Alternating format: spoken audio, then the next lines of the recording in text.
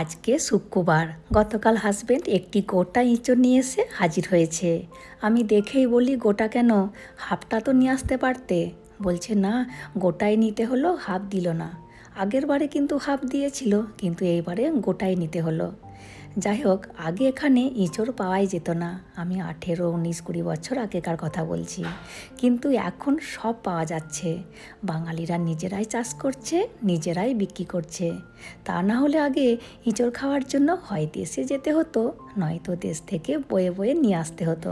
যাই হোক, এখন পাওয়া যাচ্ছে বলে মোটামুটি এখন খেতে পাচ্ছি।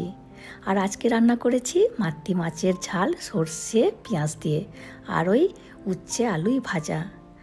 আর আজকে রান্না করেছি কলমি শাক ভাজা রসুন দিয়ে। আর জানেন, এখানে কলমি শাক ভালোই পাওয়া যায়, কিন্তু তামিলরা আবার খায় না।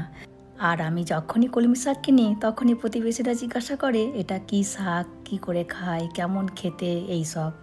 আর আগে এই এক আঁটি কলমি শাকে 3 টাকা করে দাম নিত, আর এখন 20 টাকা 25 টাকা করে আঁটি হয়ে গেছে।